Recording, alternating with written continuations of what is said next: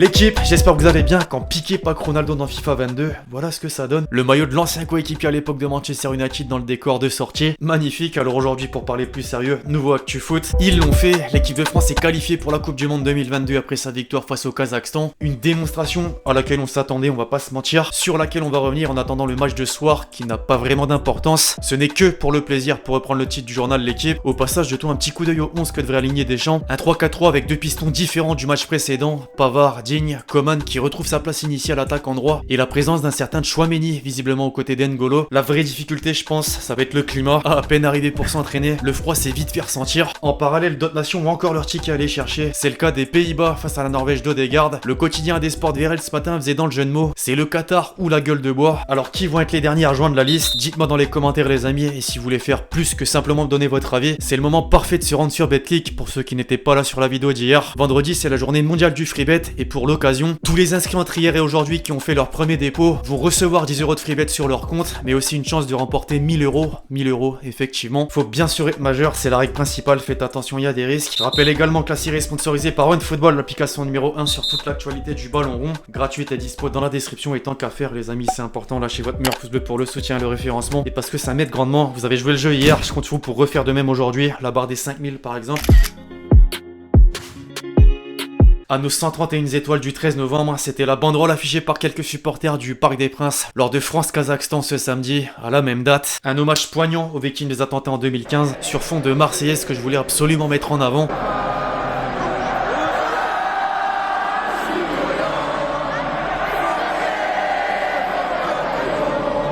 C'était magnifique, le football c'est ça aussi. Grisy qui a marqué l'un des 8 buts du score fleuve va pas manquer l'occasion non plus. La date et un cœur sous le maillot bleu. Un gros respect et une pensée aussi aux familles des victimes. Basculons sur le côté sportif. Sans surprise, l'équipe de France s'est tranquillement imposée face au Kazakhstan. 8 buts à 0 avec 2 envols. Une première réservée à dans un an vers le Qatar et une seconde. Mbappé, tout simplement, qui a inscrit la moitié des buts. Un quadruplé et le premier d'un joueur de l'équipe de France depuis Juste Fontaine le 28 juin 1958 contre l'Allemagne. Si ça, c'est pas encore un peu plus suivre les traces des géants de notre sport, je sais pas ce que c'est. Et je pense évidemment à Messi et Ronaldo. La comparaison a été faite par Canal+. Après 300 matchs en professionnel, Kiki a de l'avance. 189 buts. Plus les années passent, plus on se rend compte du phénomène. Sur le plan comptable, c'est exceptionnel, y a pas d'autre mot. Quant au mental, il s'ensuit, surtout après un penalty raté à l'Euro et un non-transfert vers le Real Madrid. C'est ce que l'intéressé a dit après le match. Après une telle prestation, les journaux du pays n'avaient forcément que son nom en tête. L'équipe, on l'a vu en une, mais également dans les pages intérieures. Kiki s'est vu distribuer une note de 10 par la rédaction. Quant aux autres médias, on va les faire un par un. Le Parisien avec une illustration du bonhomme, rendez-vous au Qatar. Du Nord, un grand Mbappé envoie les Bleus au Mondial 2022. Jusqu'au Sud, une valise pour le Qatar. Mbappé offre la qualification sur un plateau pour le progrès. Suivez le guide, carrément. Embarquement pour Doha. Les Bleus s'envolent pour le mondial au Qatar. Même ailleurs, une petite place a été réservée aux champions du monde en titre. En Espagne ou encore en Italie, où le choix Mbappé avec Benzema a impressionné. Dans la foulée, on peut aussi énoncer d'autres acteurs. Le 9, justement, qui a reçu une passe D de ce dernier avant de finir le match avec un doublé. Il a dépassé Trezeguet au classement des meilleurs buteurs. Les compliments se sont comptés en nombre. Le capitaine, Lloris, a été unanime. Benzema est un immense joueur, tant au Real qu'en sélection. Avec la composition d'équipe alignée par le sélectionneur et en particulier ce choix fort de mettre Coman piston droit, on ne pouvait que souligner sa prestation. Bon, après, sans manquer de respect au Kazakhstan, ce n'était que le Kazakhstan. Maintenant, on peut quand même se poser la question, est-ce que Kingsley va reprendre ce poste à l'avenir? D'après Dédé, oui, c'est possible. Je veux bien voir ça face à un adversaire plus relevé. On a fait le couloir droit, passons au couloir gauche. Théo Hernandez a une fois de plus répondu présent et le sélectionneur s'est rendu à l'évidence. Il aurait fallu le prendre bien plus tôt en équipe de France, comme avec plein de joueurs malheureusement. Enfin, pour terminer cette petite liste, une mention spéciale à Rabiot, qui a marqué son premier but après 23 sélections. Coup de chapeau, on n'espère pas le dernier.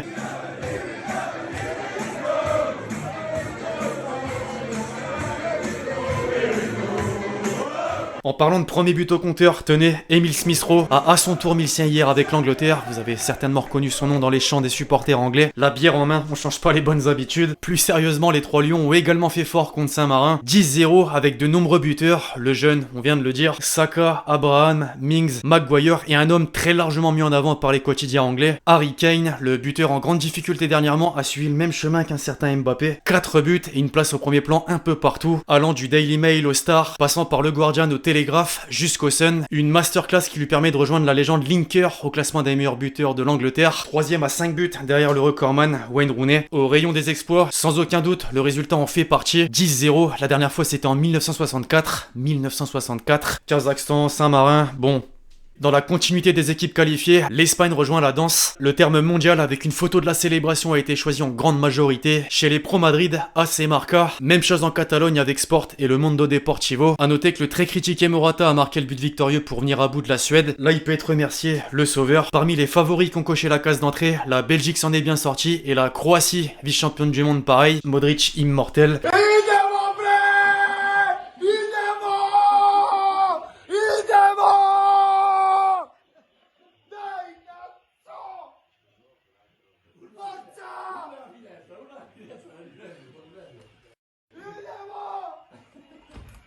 Quand Djoko lâche ce genre de cri, c'est soit parce qu'il a gagné un grand chelem, soit parce que son pays va être représenté mondialement. Passons aux surprises. D'abord, vous l'avez compris, la Serbie qui défendra bel et bien les couleurs de son drapeau au Qatar. Un exploit obtenu sur le fil face au Portugal. Qui l'eût cru dans un tel groupe? Personne, je pense. La mission est accomplie. Ah ça, en plus, vous avez bien lu, le gouvernement serbe avait promis 1 million d'euros de primes aux joueurs pour leur qualification. La promesse a été tenue, mais les joueurs, plutôt que de garder l'argent, ont préféré reverser la somme totale au profit des enfants malades. J'ai envie de dire le geste, les mots parlent d'eux-mêmes.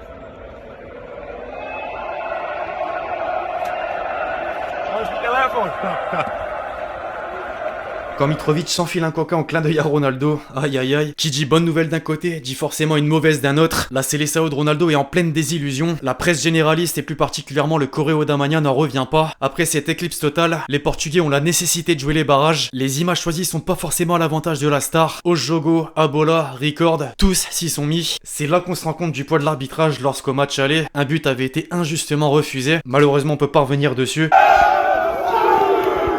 Eux s'en foutent royalement, c'est sûr, que ce soit Djokovic, Mitrovic ou les supporters serbes plus globalement, ça tape dans l'insolence. Le lot de consolation, si on peut vraiment appeler ça ainsi, c'est que l'Italie a subi le même sort. La squadra azzurra n'a pas su faire la différence en Irlande du Nord. Les deux équipes se sont séparées sur un score vierge, laissant la première place du groupe à la Suisse, vainqueur contre la Bulgarie. La seule chose contraire au Portugal, c'est que les journaux italiens gardent espoir. Pour la Gazzetta dello Sport, ce n'est pas fini, bien qu'il faudra une autre Italie, avance tout au sport. Une stat m'a interpellé dans le Light Football Club. Entre le 11 novembre 2020 et le 20 juin 2021, les hommes de Mancini c'était 11 victoires, 0 nul, 1 défaite, alors que depuis le 26 juin, c'est 4 victoires, 6 nuls et 1 défaite. Il y a vraiment un gros problème avec l'efficacité devant le but. C'est justement ce que le sélectionneur a souligné avec les 2 pénaltys ratés contre la Suisse. Quand on y pense sérieusement, la Suisse c'est un vrai morceau. En juin, ça élimine le champion du monde en titre de l'Euro 2020 et en ce mois de novembre, ça envoie le champion d'Europe en titre à disputer les barrages du Mondial 2022. Quel gardien aussi dans les cages, Yann Sommer. Alors si on fait le bilan de la zone Europe, l'Allemagne, le Danemark, la France, la Belgique,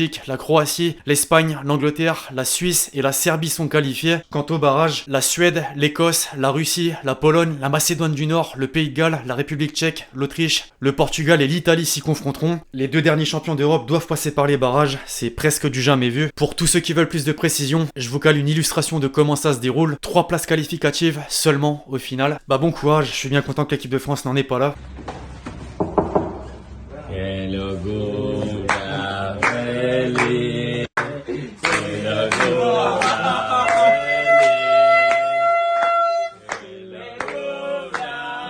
Zone Amérique du Sud, vous l'avez compris, avec l'anniversaire de Dybala, Di Maria et Depol l'ont joué en mode escroc. Par contre, il va falloir mettre fin à la rigolade très rapidement, parce que les Argentins ne sont pas encore qualifiés. Tout le contraire du prochain adversaire, le Brésil, qui devrait au passage faire sans Neymar. Le Brésilien s'est encore blessé à l'adducteur et a dû quitter la sélection. Quand on sait que Paris joue City dans une semaine sans Verratti, sans Neymar probablement, et sans un Messi à 100%.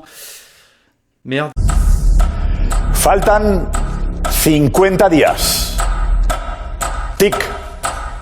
Tac. Il est de retour, le monsieur tic-tac de El Chiringuito. On a évoqué le sujet dans la série Mercato hier. Le Real Madrid se donne 50 jours pour boucler l'opération. Alors est-ce que c'est possible? Pas possible. Moi, personnellement, j'ai du mal à y croire à la mi-saison. Mais ne jamais dire jamais, même si certains font plutôt dans la provocation. C'est le cas du coiffeur d'Mbappé. Cet escroc fait la petite mention sur la photo. Real Madrid. Alors en pleine trêve internationale, les clubs sont un peu en repos. Il y avait des choses à dire sur le Paris Saint-Germain. Il y en a encore plus avec le Barça. La reconstruction est entamée. Xavi a débarqué. S'en est suivi un autre tour, celui de Dani Alves qui a fait la une de la presse catalane. Le Mundo Deportivo s'y voit déjà. Maintenant, il y a deux choses qui vont être importantes. Le prochain mercato, bon, Dani Alves vient de débarquer. Je sais pas si à 38 ans il pourra servir. À l'entraînement peut-être. Et ensuite, justement, en mentionnant l'entraînement, Dembouz a respecté la tradition, j'ai envie de dire. Ce week-end, pour son premier rendez-vous, il est arrivé 3 minutes en retard. 3 minutes, c'est rien. Sauf qu'avec Xavi, les choses ont changé. Il a pris son amende. Et au passage, si on peut jeter un œil aux différents commandements, voilà ce que le staff et les joueurs sont dans l'obligation de respecter. 2 heures en avance d'un côté, 1h30 en avance de l'autre. Il faut manger sur place, un système exponentiel des amendes. Attention Dembélé, la méritocratie au premier plan, l'exemplarité et même la restriction des réseaux sociaux. Ça, pour le coup, je comprends. Bon, le français a vite compris le message puisque le surlendemain, c'était le premier arrivé à l'entraînement, à suivre jusqu'au bout de la saison. Enfin, petit aparté sur le Kun, il a tenu à rassurer tout le monde après les rumeurs concernant un potentiel arrêt de sa carrière. Ce qu'il a subi pourrait être plus grave que prévu. Attendons les 90 prochains jours. Bon rétablissement à lui. On respecte la tradition les amis avec les quelques déclats intéressantes que j'ai pioché à droite à gauche, à commencer par Titi Henry qui s'est confié dans les colonnes du journal du dimanche. Il a d'abord du mal à comprendre pourquoi est-ce qu'on critique autant Mbappé en France. Malgré tout ce qui a pu se passer, Kiki est toujours resté professionnel, ce sont ses paroles. Ensuite sur la Coupe du Monde tous les 2 ans, la légende rejoint tous ceux qui sont contre en affichant son propre ressenti après en avoir joué 4. Sportivement comme mentalement, ça s'annonce compliqué. Wenger dans la sauce, enfin pas totalement, il y a quand même des gens pour, et même parmi les principaux intéressés, De Bruyne par exemple, pour qui c'est pas une mauvaise idée, il faut néanmoins de l'entente concernant le repos, ça rejoint Henry justement. KDB d'ailleurs a réalisé un entretien pour France Football, et figurez-vous que le PSG est sorti de sa bouche concernant le recrutement, son club se concentre pas forcément sur les meilleurs joueurs, mais se renseigne aussi sur la vie personnelle, la manière dont il se comporte, c'est un peu différent donc, selon lui, de ce que fait le Paris Saint-Germain. Alors je suis pas parisien, vous le savez, mais Benjamin Mendy du coup... Ça dit quoi? Ça tient pas du tout du coup. Dans la foulée, tenez, le club de la capitale a été mentionné par d'autres têtes de la planète foot, chez les présidents par exemple, celui de l'OM, McCourt, pour qui il est important qu'il y ait une concurrence équitable. Dans le sport, l'Amérique est là-dedans, tandis qu'en Europe, c'est le Far West. Carrément, des réformes sont nécessaires. Dites-moi si vous êtes d'accord avec lui. Ça tire bien plus à balles réelles en Allemagne avec le président du Bayern. Attention Nasser, ils perdront encore contre nous, pas toujours, mais de temps en temps, et ça doit être notre but. Ce qui me stimule, c'est de leur montrer, votre argent de merde, ça ne suffit pas. Ouf, la différence entre lui et moi, j'ai toujours travaillé dur pour gagner mon argent, et lui il a reçu en cadeau. Ah, ça mâche pas ses mots. Après, le bonhomme n'est pas un saint non plus. Fraude fiscale, tout ça. Voilà, restons dans le thème avec Milik qui a également abordé le leader actuel du championnat de France. Le PSG c'est un peu les Galactiques de notre temps. Les joueurs assis sur le banc seraient les stars dans la plupart des équipes. La question est de savoir comment ça va évoluer et s'ils formeront un collectif qui leur permettra de gagner ce qu'ils veulent. C'est tout la question actuelle avec Pochettino aux manettes. Enfin une dernière pour la route, à l'inverse, sur l'Olympique de Marseille, Zidane s'est entretenu avec le Phocéen et les Marseillais ont dû apprécier. J'étais avec Marseille, pour Marseille et aujourd'hui je veux voir Marseille gagner. Magnifique. On arrive déjà, les amis, à la question que vous m'avez posée dans les commentaires du dernier Actu Foot. Les plus beaux écussons selon toi? Sinon, je kiffe tes vidéos, t'es un crack. Bah, merci beaucoup. Je vois que t'as le logo de Beşiktaş, j'aurais pu te soudoyer en disant le Beşiktaş. Mais non, voilà, je vais la jouer chauvin. Vous me connaissez, le Racing Club de Lens. Et pour le coup, je suis objectif. Je pense que c'est un logo, un écusson, un blason, appelez ça comme vous voulez, qui a marqué le championnat de France, qui est dans l'histoire du football français, tout simplement. Second poteau, Pavard.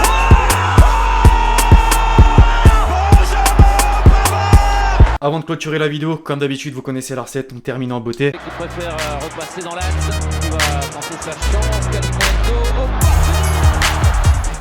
Shoots it well, but maybe there's an opportunity here. Great strike. Cafré, Benax, Diop, Cafré qui avance, qui va frapper.